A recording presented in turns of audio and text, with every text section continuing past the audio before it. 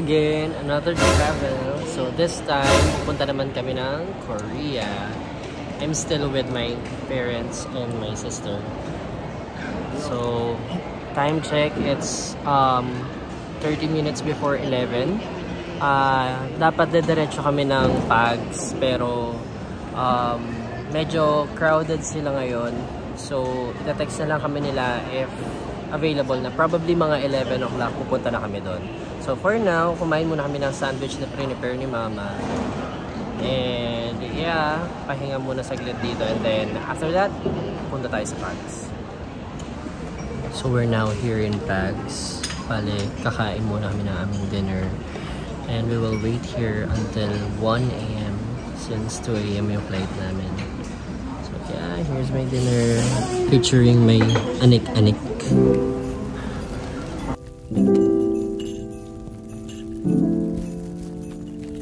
What the dog doing?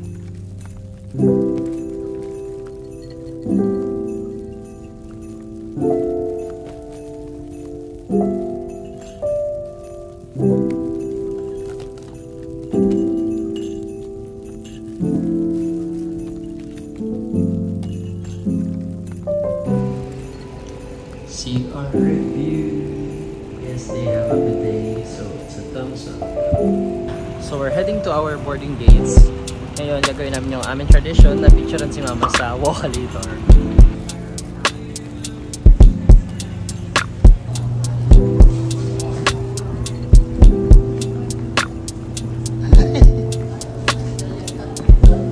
Here's our favorite aisle. Ano sabi yun?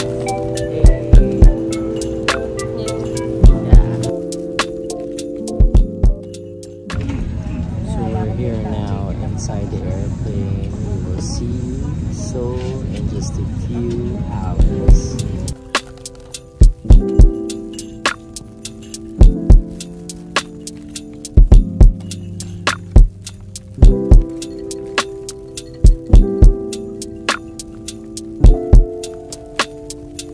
Bigger than Lumig.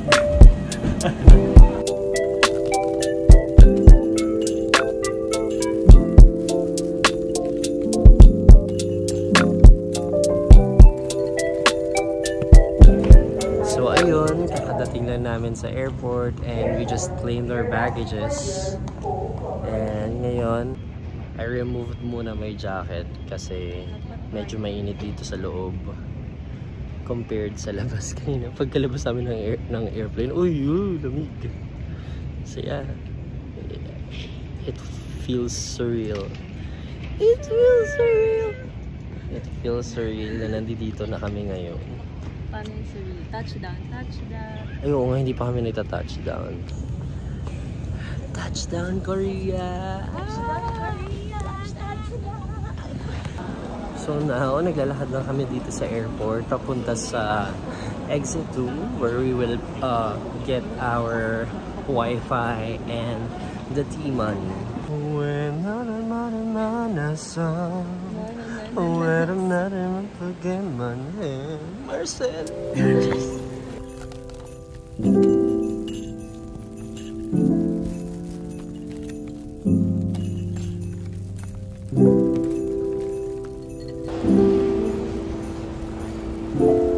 Si Bebe.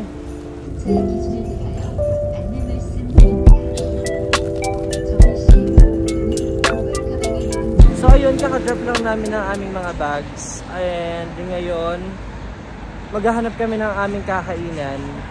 And it's already 10 o'clock. It's already 10 o'clock. Hindi pa kami nag-breakfast. So that's our first agenda today. So we're now here in a coffee shop near our Airbnb. Ito, 10 AM. Ngayon pa lang kami mag-breakfast. And somehow we are having jet lag. Hindi maayos yung tulog namin since ilang oras na naman yung yung airplane, ilang oras yung flight, and hindi naman gaano ka-comfortable matulog sa plane. So yeah, ayun. Pero go pa rin since sulitin namin yung time namin. We will do our itinerary today. And so far, I think nasusunod naman namin yung itinerary namin.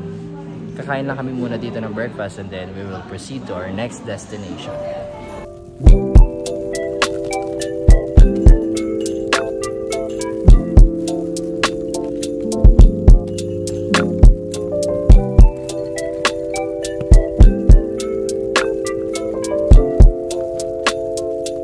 We're just casually walking here and dumaan kami sa ABC Mart and then also sa Nerdy. Kaso yung Nerdy is 12 noon pa magbubukas. So, yeah, wala. Dito talaga tayo dinala sa may Pop Mart.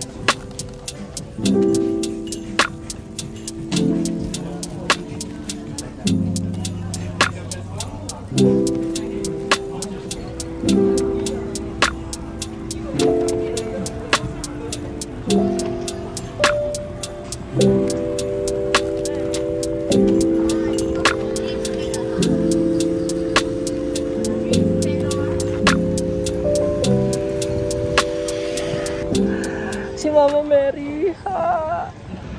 So yun nga, kakagaling lang natin sa Pop Mart. Of course, sobrang happy ko. Kaso, wala silang mga hero, no? Ay, may kalapate. Wala silang hero no ngayon eh. Tapos wala rin sila ng Skull Panda na Christmas. And then yung kubo nila is isang series lang.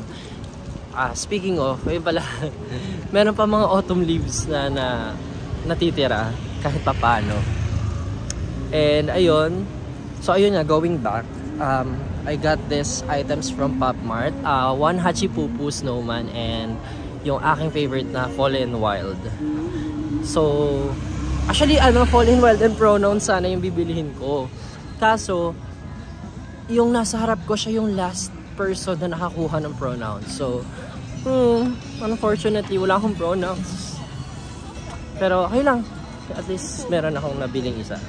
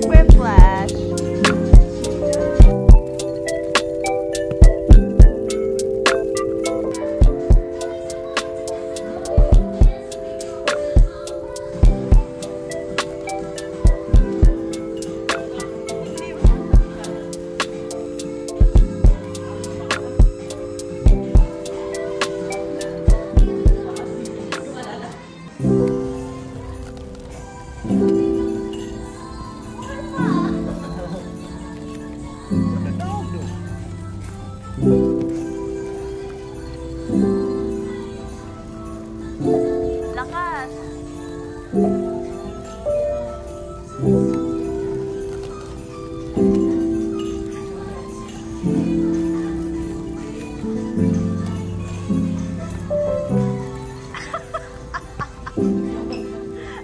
Sweeter than a candy cane. Sweeter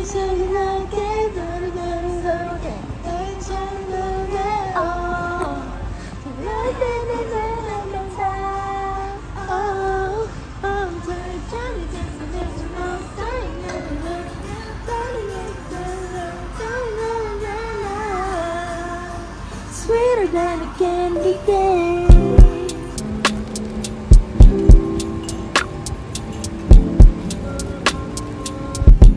So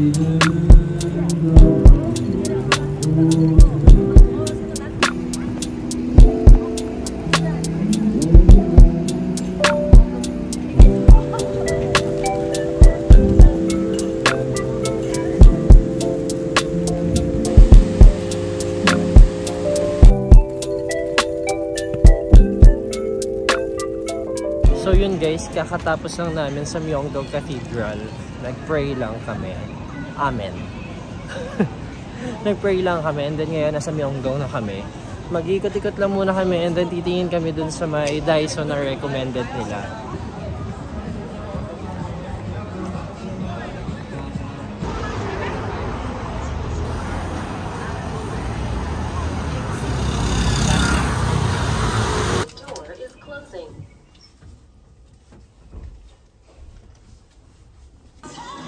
Ay, hindi pala ito. Ayun yung bench.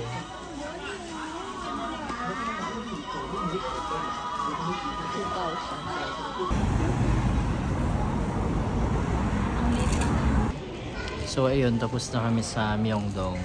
Bumili kami sa Daiso ng mga chocolates and kung ano-ano pa. Ngayon, pauwi na kami para magpahinga since pwede na kami mag-check-in. Iniwan kasi namin yung gamit namin doon, yung mga luggages namin. So, ngayon, yeah, uwi na kami. And later, pupunta kami ng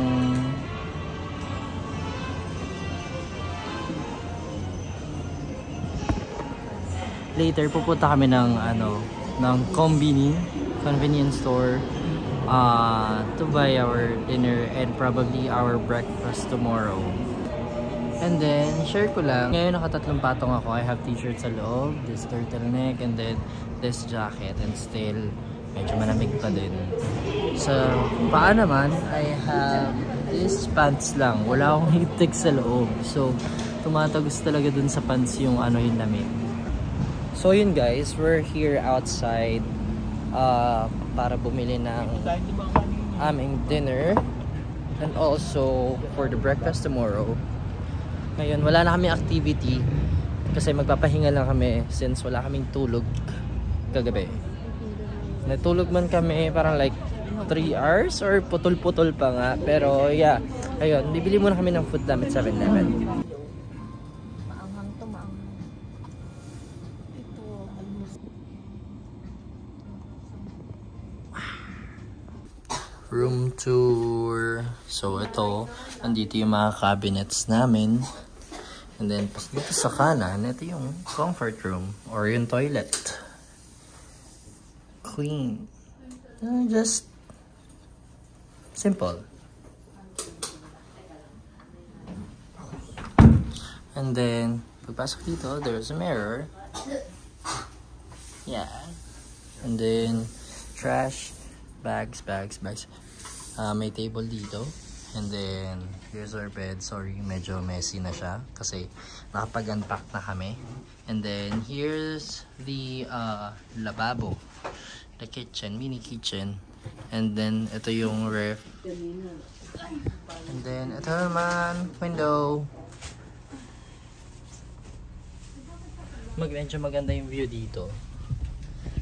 Look, oh.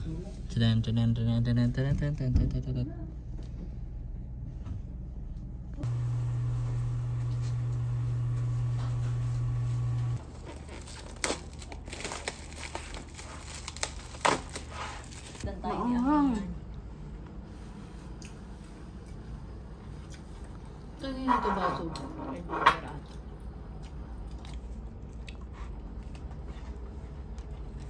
Yun lang, baka. Kaya ngayon yun na inumin niya.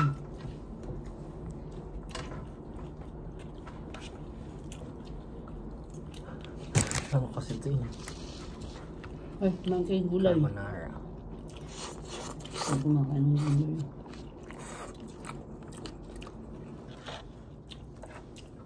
Odeng. Baka maano. Odeng na parang beef jerky yung itsura.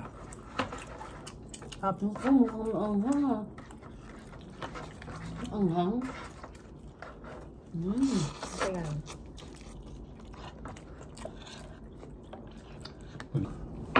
Okay.